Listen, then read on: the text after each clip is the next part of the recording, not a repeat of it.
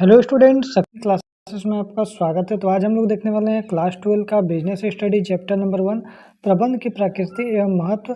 Top 50 सवाल आपको देखने वाले हैं एमसीक्यू, जो आपका जेक बोर्ड 2027 एग्जाम के लिए वेरी इंपॉर्टेंट होने वाला है। तो चलिए हम लोग वीडियो को स्टार्ट करते हैं। सबसे पहला सवाल यहाँ पर क्या बोल रहा है, प्रबंध क्या है, मैनेजमेंट क्या है। तो ध्यान रखिएगा, मैनेजमेंट हमारा कला भी है और विज्ञान भी है, तो इसका राइट आंसर हो जाएगा कला और विज्ञान दोनों हो जाएगा। आगे यदि हम लोग देखते हैं क्वेश्चन नंबर 2 क्या बोल रहा है, जो प्रबंध का मुख्य उद्देश्य क्या है। तो प्रबंध मतलब मैनेजमेंट जो हम लोग करते हैं उसका मुख्य उद्देश्य क्या होता है, संगठन को लाभ या लक्ष्य प्राप्त करना होता है। आगे यदि हम लोग देखते हैं क्वेश्चन नंबर तीसरा क्या बोल रहा है, प्रबंध एक डेस्क प्रक्रिया है। तो याद रखिएगा, प्रबंध एक निरंतर चलने वाला प्रोसेस है। ऐसा नहीं आज मैनेजमेंट आज किए और कल नहीं किए, मैनेजमेंट हमारा निरंतर चलने वाला प्रोसेस है।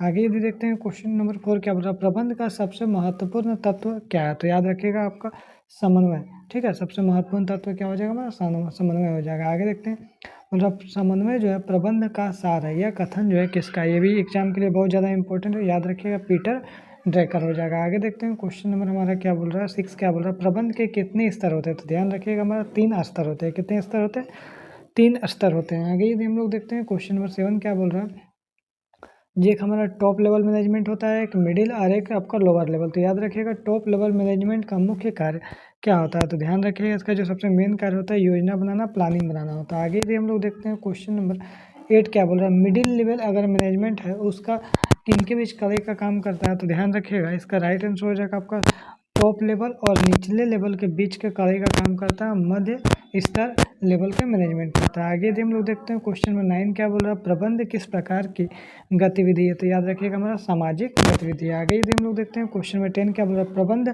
का कौन सा कार्य भविष्य से संबंधित होता है। तो याद रखिएगा हमारा योजना जो होता है, प्लानिंग भविष्य से संबंधित होता है। आगे यदि हम लोग देखते हैं क्वेश्चन नंबर 11 क्या बोल रहा है, सही काम करना किसे कहा जाता है। तो याद रखिएगा सही काम करना उसको हम लोग प्रभावशीलता कहा जाता है। ठीक है, आगे यदि हम लोग देखते हैं क्वेश्चन नंबर 12 क्या बोल रहा है, कम लागत में काम करना किसे कहा जाता है। तो याद रखिएगा कम लागत में अगर काम करते हैं उसको हम लोग क्या बोलते हैं, दक्षता बोलते हैं। आगे यदि हम लोग देखते हैं क्वेश्चन नंबर 13 क्या बोल रहा है, प्रबंध के कितने आयाम होते हैं। तो याद रखिएगा हमारा 3 आयाम होते हैं। ठीक है, आगे यदि हम लोग देखते हैं क्वेश्चन नंबर 14 क्या बोल रहा है, जब प्रबंध का कौन सा आयाम कार्य से संबंधित होता है। तो ध्यान रखिएगा हमारा कार्य का प्रबंध होता है। आगे यदि हम लोग देखते हैं क्वेश्चन नंबर 15 क्या बोल रहा है, प्रबंध की कौन सी विशेषता इससे सभी संगठनों में लागू होता है। तो ध्यान रखिएगा आपका सर्वव्यापकता। आगे यदि हम लोग देखते हैं क्वेश्चन नंबर 16 क्या बोल रहा है, प्रबंध के कौन कौन से उद्देश्य संगठन से संबंधित होते हैं। तो ध्यान रखिएगा आपका संगठनात्मक उद्देश्य हो जाएगा। ठीक है, संगठनात्मक उद्देश्य हो जाएगा। आगे यदि हम लोग देखते हैं question number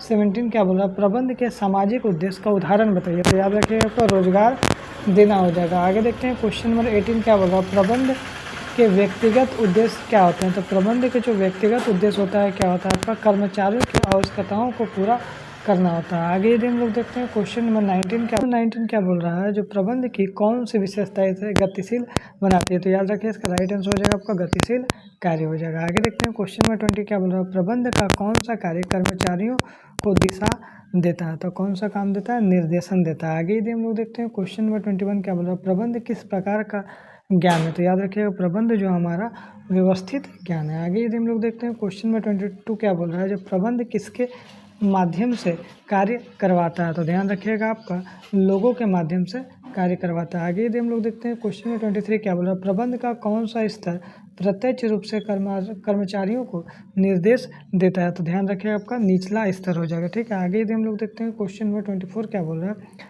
management is the getting things done through others. यह कथन किसका है। तो ध्यान रखिएगा यह जो कथन है हमारा मैरी पार्कर फोलेट का। आगे यदि हम लोग देखते हैं क्वेश्चन नंबर 25 का बोल रहा है, प्रबंध की कौन सी विशेषता इसे अदृश्य बनाती है। तो ध्यान रखिएगा अमूर्त शक्ति हो जाएगा। आगे यदि हम लोग देखते हैं क्वेश्चन नंबर 26 क्या बोल रहा है, प्रबंध का कौन सा कार्य संसाधनों को व्यवस्थित करता है। तो ध्यान रखिएगा हमारा संगठन हो जाएगा। आगे यदि हम लोग देखते हैं क्वेश्चन नंबर 27 क्या बोल रहा है, प्रबंध का कौन सा कार्य कर्मचारियों को नियुक्ति करता है। तो ध्यान रखिए स्टाफिंग। आगे यदि हम लोग देखते हैं क्वेश्चन नंबर 28 क्या बोल रहा है, प्रबंध का कौन सा कार्य प्रदर्शन का मूल्यांकन करता है। तो ध्यान रखिएगा नियंत्रण हो जाएगा। आगे यदि हम लोग देखते हैं क्वेश्चन नंबर 29 क्या बोल रहा है, प्रबंध किस प्रकार की गतिविधि है। तो ध्यान रखिएगा हमारा सामाजिक गतिविधि। आगे यदि हम लोग देखते हैं क्वेश्चन नंबर 30 क्या बोल रहा है, प्रबंध की कौन सी विशेषता इसे सभी स्तरों पर लागू करता है, तो ध्यान रखिएगा आपका सर्वव्यापकता। आगे यदि हम लोग देखते हैं क्वेश्चन नंबर 31 क्या बोल रहा है, प्रबंध का कौन सा उद्देश्य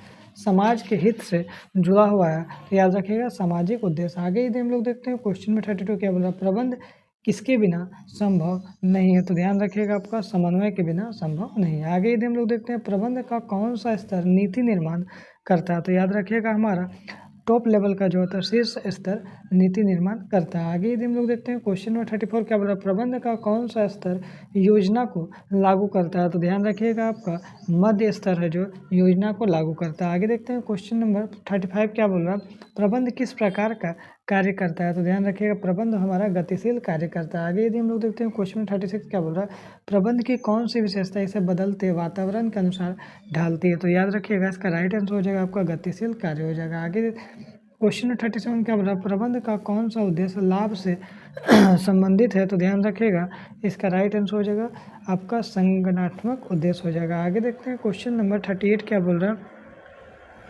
प्रबंध का कौन सी विशेषता समूह प्रयासों को जोड़ती है, तो इसका राइट आंसर हो जाएगा हमारा ऑप्शन नंबर ए समन्वय हो जाएगा। आगे भी देखते हैं क्वेश्चन नंबर 39 क्या बोल रहा है, प्रबंध का कौन सा कार्य कर्मचारियों को प्रेरित करता है मोटिवेट करता है, तो ध्यान रखिएगा आपका निर्देशन हो गया।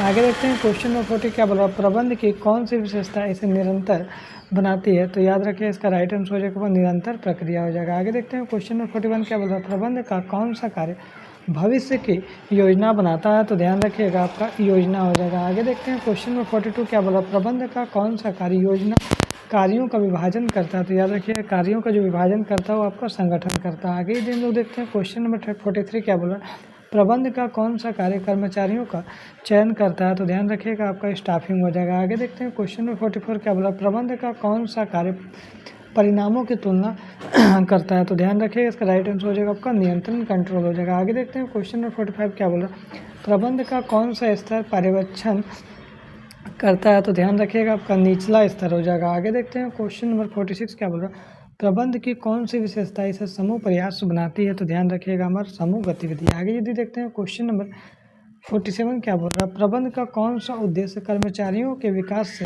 जुड़ा हुआ है, तो ध्यान रखिएगा इसका हम लोग व्यक्तिगत उद्देश्य बोलते हैं।